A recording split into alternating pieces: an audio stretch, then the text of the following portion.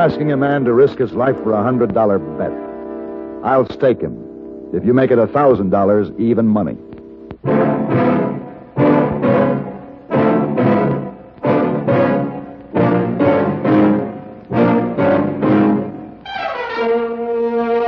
Have Gun. Will Travel.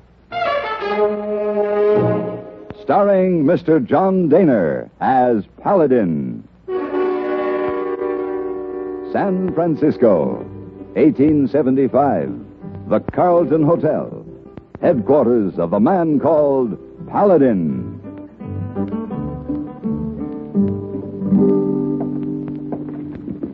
Hand me those shirts, will you, hey boy, please? Oh, okay. Here. You know, Mr. Paladin, it look very bad for a hey boy if anyone see you do your own packing. It's not correct for a gentleman to do his own packing. Besides, you're doing stinky job. Oh, for heaven's sake, hey boy, stop your grumbling. Anyway, I'm almost finished now. Good. Oh, there is something you can do for me, though. Oh, what that? Fix me another whiskey and water. Oh, here, sir.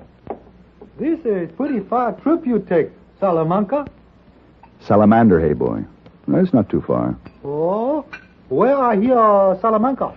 Probably when you were eavesdropping on my business conversation. Oh, no, sir, not eavesdropping. Just interested. Here's you drink. Thanks. Where is this Salamanca?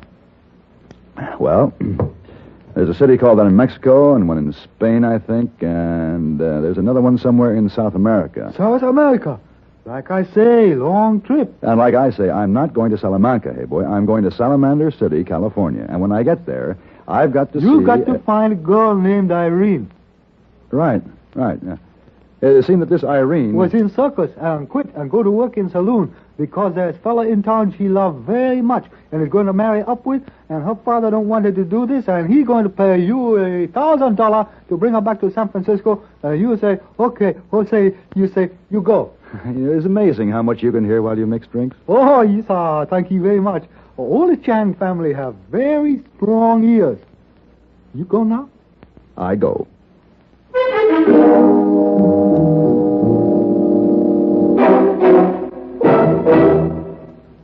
With our American servicemen in many countries around the world, they have a wonderful opportunity to observe new customs and traditions. What might have seemed strange before is becoming pretty familiar to them.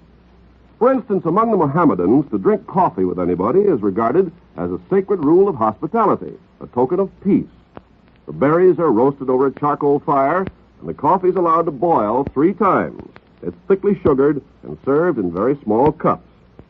All this is traditional among the Mohammedans, but as our servicemen have observed, it's simply their version of our mid-morning coffee break or our afternoon tea party or our cocktail hour. It's a time for friends to sit down and relax. It's a time for conversation, with a cup of whatever beverage suits the individual taste. And this is true of customs and traditions of all countries. The way of doing things may be different, but the ideals are the same. So it is by observing these customs that our servicemen are helping to maintain goodwill with other people in other lands.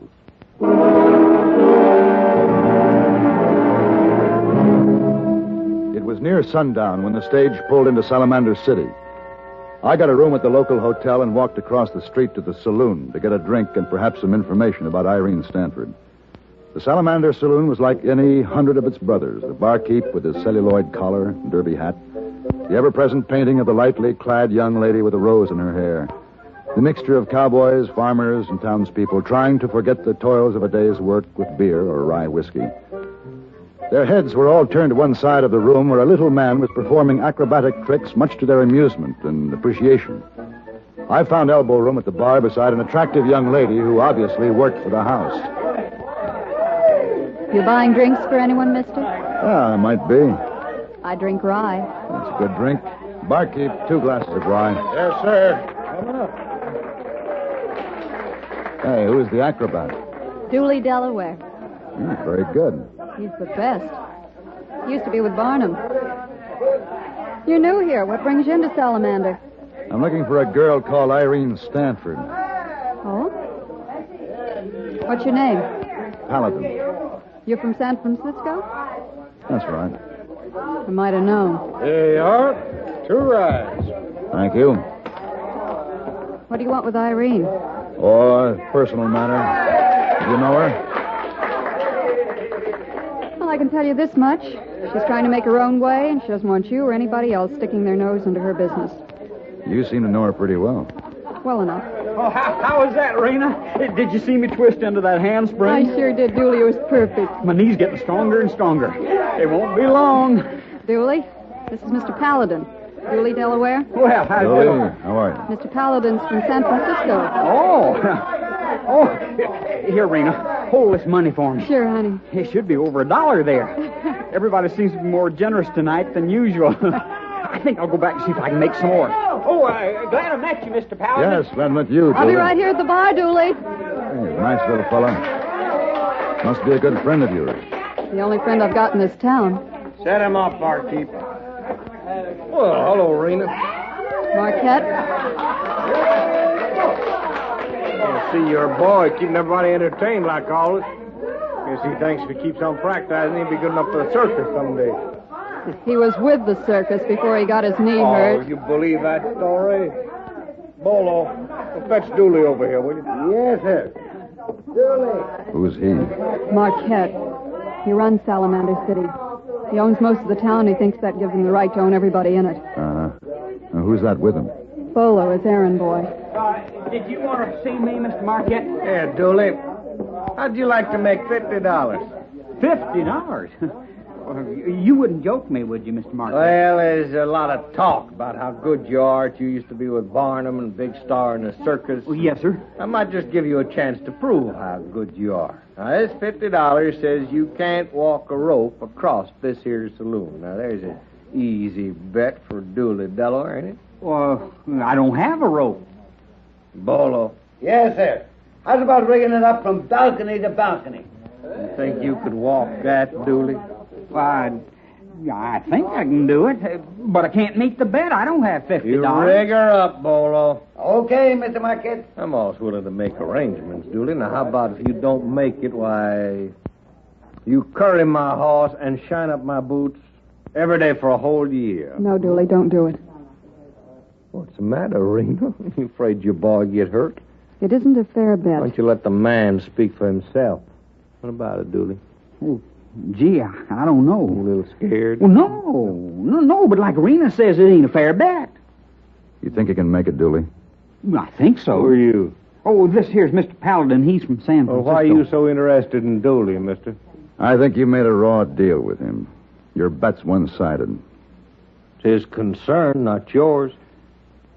If Dooley thinks he can walk that rope from balcony to balcony, then I think he can, too.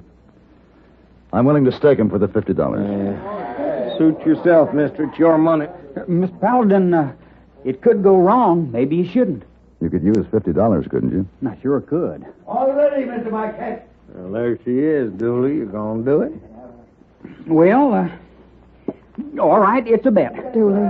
Don't worry, Rena. Even if I fell, it wouldn't be too far to the floor. But I won't fall. You just Paladin, I hope you know what you're doing. I think so. I think you just lost yourself $50. We'll see. What do you think, Rena? Well, it's been a long time since he's been on a rope. He's got a bad knee. We sure could use the $50, though. We? Dooley and I've got plans, Mr. Paladin. Big plans. All right, Dooley. Show us how you used to do it for Barnum. Oh, Dooley. Good luck, Mr. Marquette. Here goes the famous Dooley Delaware.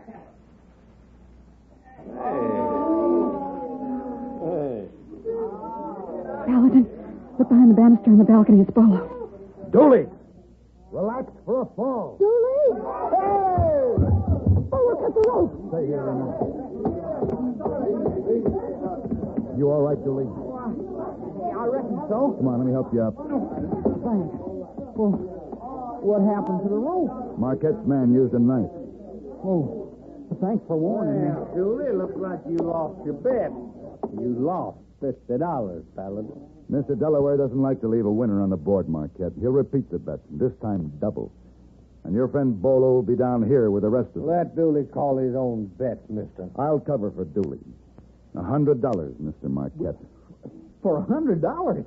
Well, golly, for $100, I'd wire walk Main Street, store top to store top. Well, all right, Dooley, the bet is on.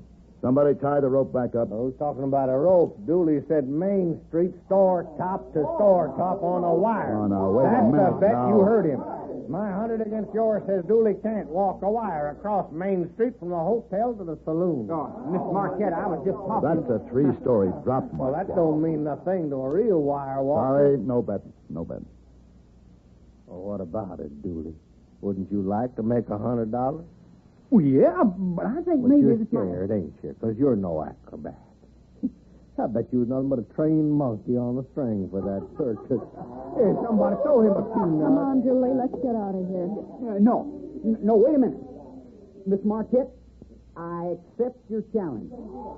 Will you take me, Miss Paladin? No, Julie, you'd be risking your life. I gotta do it, Rena, don't you see? How about it, Paladin? You gonna stake him? You asking a man to risk his life for just $100? Well, all right, I'll raise the ante. $1,000. Your price is a little high, Marquette. You must be pretty anxious to see Dooley put his life in jeopardy. Put up. Or shut up. Not for $1,000. Make it $2,000. Paladin, you're on it. $2,000. You still willing, Dooley? Yes, sir. I'll do the best I know how.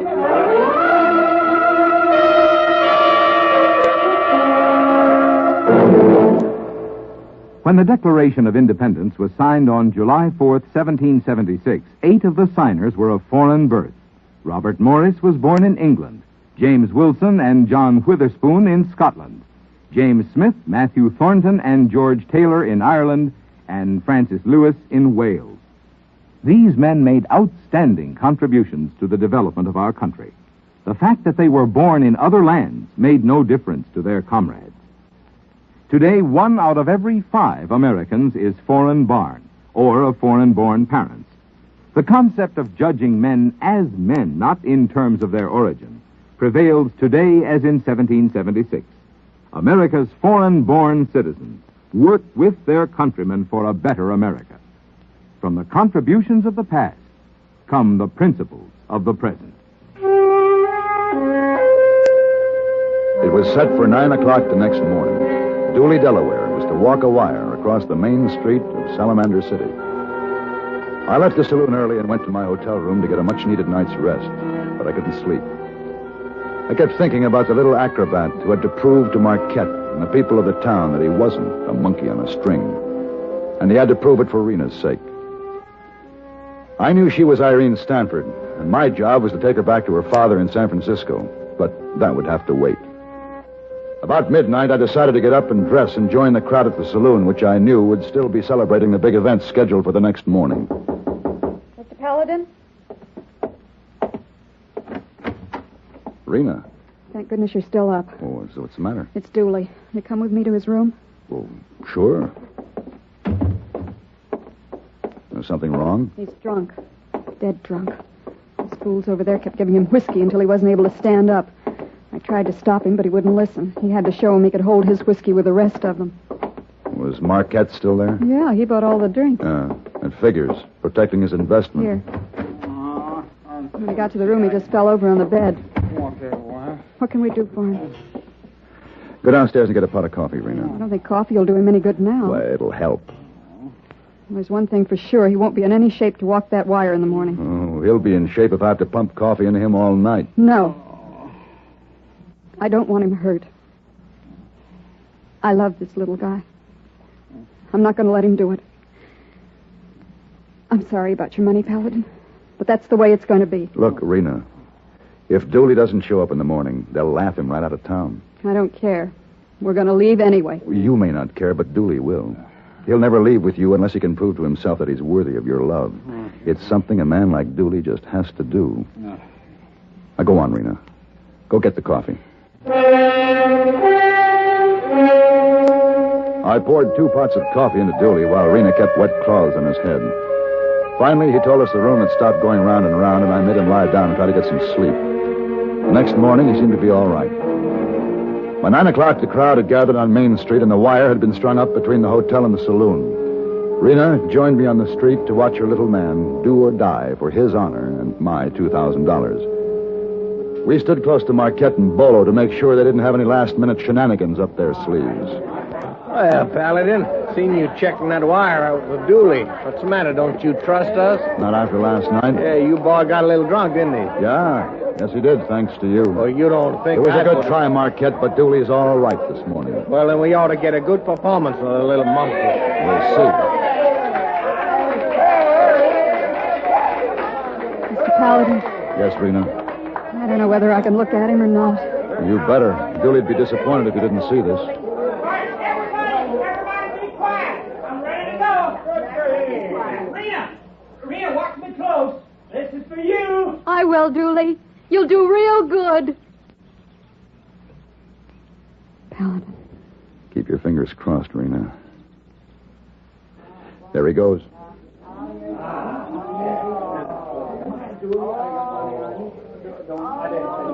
Paladin, he stopped.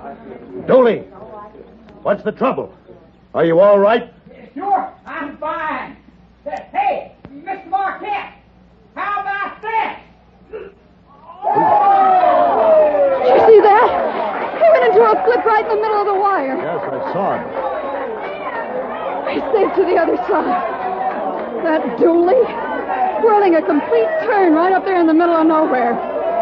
Did you see that, Mr. Marquette? Mr. Marquette? Hey, he's gone. Where? I don't know. But he'd better have the $2,000 when I find him.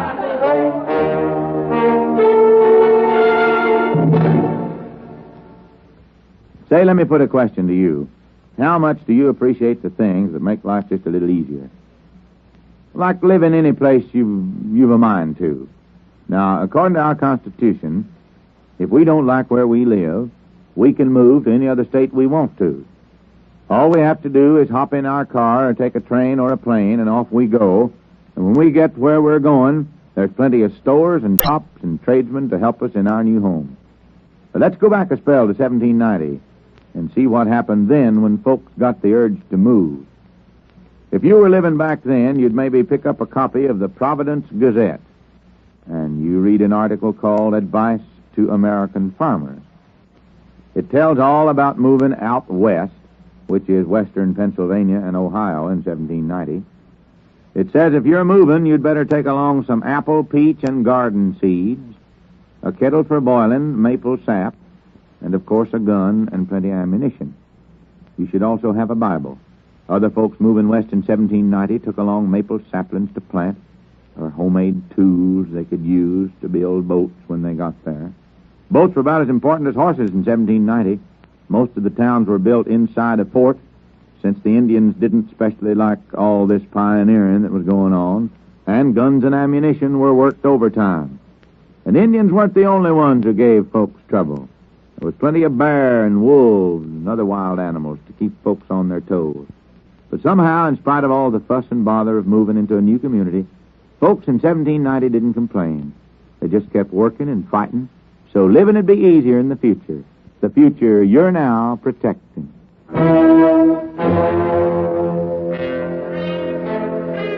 Marquette had disappeared. Someone told me they'd seen him go into his office down the street.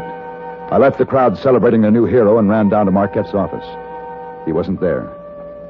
I started to look out the back door when I heard the floor creak behind me. Hey? That's one way to stop having to pay off a bet, Marquette. Shoot the winner in the back. Dirty pig, you shoot a hole in my hand. You're lucky it wasn't your head. Get me to a doctor. Look at the blood. You'll live. Get your own doctor. But first, I want the $2,000 you owe me. Well, that was no fair bet. You knew that monkey was a professional wire walker. I didn't know any more than you. You raised the ante. I had the faith he could do it. You was in on it to get it planted from the start. You think what you want, but give me the money. No, sir. I'll put a hole through the other hand, Marquette. Yeah, all right. Come stomping into my town, rigging up a short bet, and here, it's $2,000. Now go on, get out of my town, and take your mother too with you. We'll be leaving on the next stage. It'll be good to breathe some clean air for a change.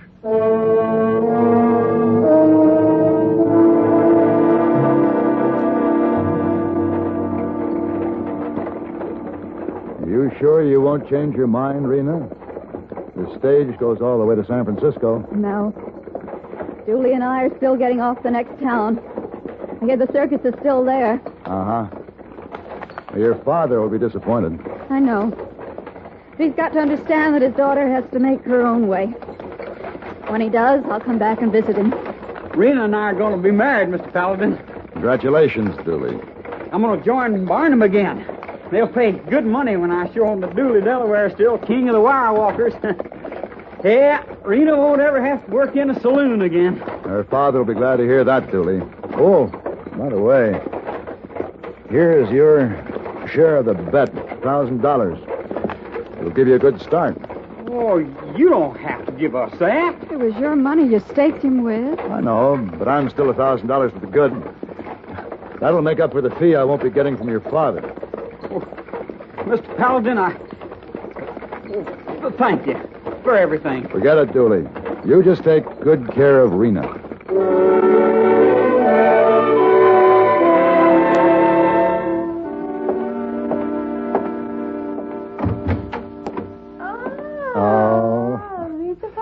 Hello, Miss Wong. Welcome home. I was just cleaning your room. Does Hey Boy bring you bags up? He'll be up in a few minutes. There are some new guests down at the desk. I told him to take care of them first. You go on not so long trip this time. No, not so long. No, not so long. The stage ride was hot and dusty. I feel like I've been gone for a week. Hey Boy tells me all about journey. You bring back girls? Hey Boy talks too much and hears too much. Oh, Hey Boy. Why don't you tell him it's a very bad habit, Miss Wong? Oh, no, Mr. Paladin. Hey Boy nosy, yes. Uh-huh. But I like. Maybe you like too? Yes, Miss Wong. Miss Wong. I like too.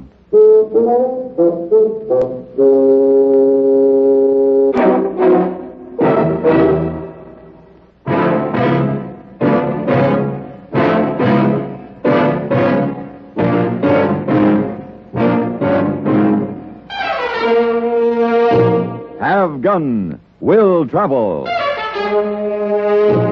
Created by Herb Meadow and Sam Rolfe, is produced and directed in Hollywood by Frank Paris and stars John Daner as Paladin, with Ben Wright as Hey Boy and Virginia Gregg as Miss Wong.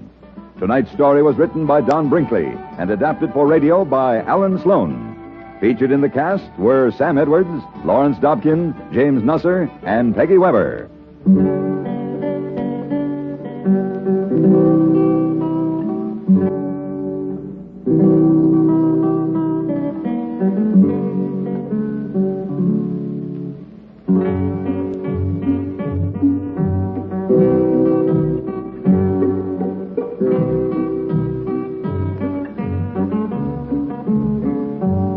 Have Gun Will Travel is brought to you through the worldwide facilities of the Armed Forces Radio and Television Service.